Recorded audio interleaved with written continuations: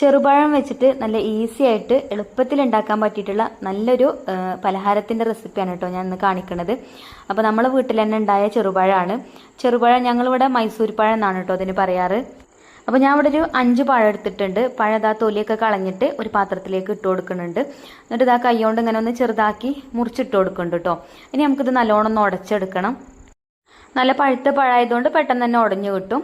ഒരു തവി വെച്ചിട്ട് ഉടച്ചു കൊടുത്താലും മതി. അപ്പോൾ പഴമൊക്കെ ഞാൻ ഇവിടെ ഉടച്ചെടുത്തിട്ടുണ്ട്. ഇനി നമ്മളിതിലേക്ക് ഒരു കോഴിമുട്ടയാണ് കേട്ടോ പൊട്ടിച്ചൊഴിച്ചു കൊടുക്കുന്നത്. പിന്നെ മധുരത്തിന് വേണ്ടിയിട്ട് പഞ്ചസാരയാണ് ചേർക്കുന്നത്. നിങ്ങൾക്ക് വേണമെങ്കിൽ ശർക്കര ഉരുക്കിയിട്ട് ശർക്കരപ്പാനി ചേർത്താലും മതി കേട്ടോ. പിന്നെ ഞാൻ കുറച്ച് ഏലക്കാപ്പൊടിയും കൂടെ ചേർത്തിട്ടുണ്ട്. ഇനി ഇതാ ഒക്കെ കൂടെ നല്ലോണം ഒന്ന് മിക്സ് ചെയ്തെടുക്കുന്നുണ്ട്.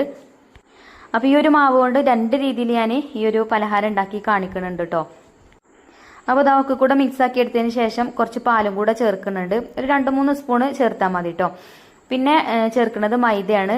മൈദ ഇതാ ഞാൻ ഒരു 1/4 കപ്പ് മൈദ ആദ്യം ചേർത്ത് കൊടുക്കുന്നുണ്ട്. എന്നിട്ട് ഒന്ന് മിക്സ് ചെയ്തെടുക്കുക. അപ്പം നമുക്കിത് കൈകൊണ്ട് ഇങ്ങനെ നുള്ളിയിട്ട് കൊടുക്കണം കേട്ടോ എണ്ണയ്ക്ക്. അപ്പോൾ അതിന് പാകത്തിന് വേണം നമ്മൾ മൈദ ചേർക്കാൻ. അപ്പോൾ ഞാൻ കുറേശ്ശെ മൈദ ഇങ്ങനെ ചേർത്തിട്ട് മിക്സ് ആക്കി കൊടുക്കുന്നുണ്ട്.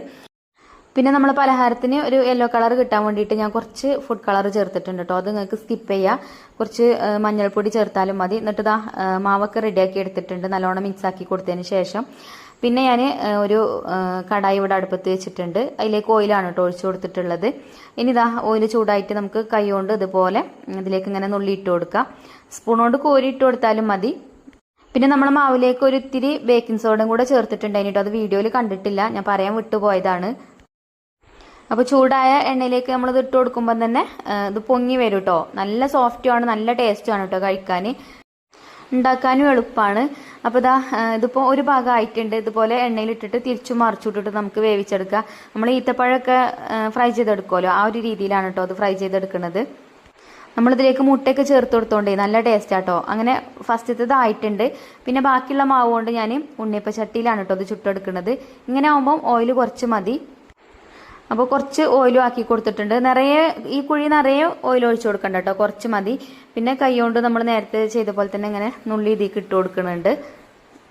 അപ്പോൾ ഒരു ഭാഗം റെഡി ആകുമ്പോൾ പിന്നെ മറ്റേ ഭാഗം നമുക്കിതുപോലെ തിരിച്ചിട്ട് കൊടുക്കാം, നമ്മൾ ഉണ്ണിയപ്പം ചുട്ടെടുക്കണ പോലെ തന്നെ. അപ്പോൾ 2 രീതിയിലും നമുക്ക് റെഡിയാക്കി എടുക്കാൻ പറ്റും. ഇതിലാവുമ്പം കുറച്ച് ഓയിൽ മതി, മറ്റേതാവുമ്പം ഓയിലിൽ നമ്മൾ മുക്കി പൊരിക്കുകയാണ് ചെയ്യുന്നത്. ടേസ്റ്റൊക്കെ ഒന്ന് തന്നെയാണ് കേട്ടോ, ടേസ്റ്റിലൊന്നും വ്യത്യാസം ഉണ്ടാവില്ല. അപ്പോൾ ഇതാ നമ്മൾ ഉണ്ണിയപ്പം ഞാൻ ഇവിടെ ചുട്ടെടുത്തിട്ടുണ്ട്. അതുപോലെ തന്നെ നേരത്തെ നമ്മൾ ഫസ്റ്റ് ഉണ്ടാക്കിയ മാവ് കൊണ്ട് ഉണ്ടാക്കിയ സ്നാക്സ് ഉണ്ടല്ലോ, അതും എന്താ ഞാനൊരു പാത്രത്തിൽ ഇട്ട് കൊടുത്തിട്ടുണ്ട് കേട്ടോ. അപ്പോൾ ഏകദേശം രണ്ടും ഷേപ്പ് ഒന്ന് തന്നെയാണ്. നമ്മളിങ്ങനെ എന്താ കൈകൊണ്ട് നുള്ളിയിട്ട് കൊടുത്തുകൊണ്ട് റൗണ്ട് ഷേപ്പിൽ തന്നെയാണ് വന്നിട്ടുള്ളത്. അപ്പോൾ എന്തായാലും നിങ്ങളൊന്ന് ട്രൈ ചെയ്ത് നോക്കുക. ട്രൈ ചെയ്ത് നോക്കിയിട്ട് ഫീഡ്ബാക്ക് പറയാൻ മറക്കരുത്.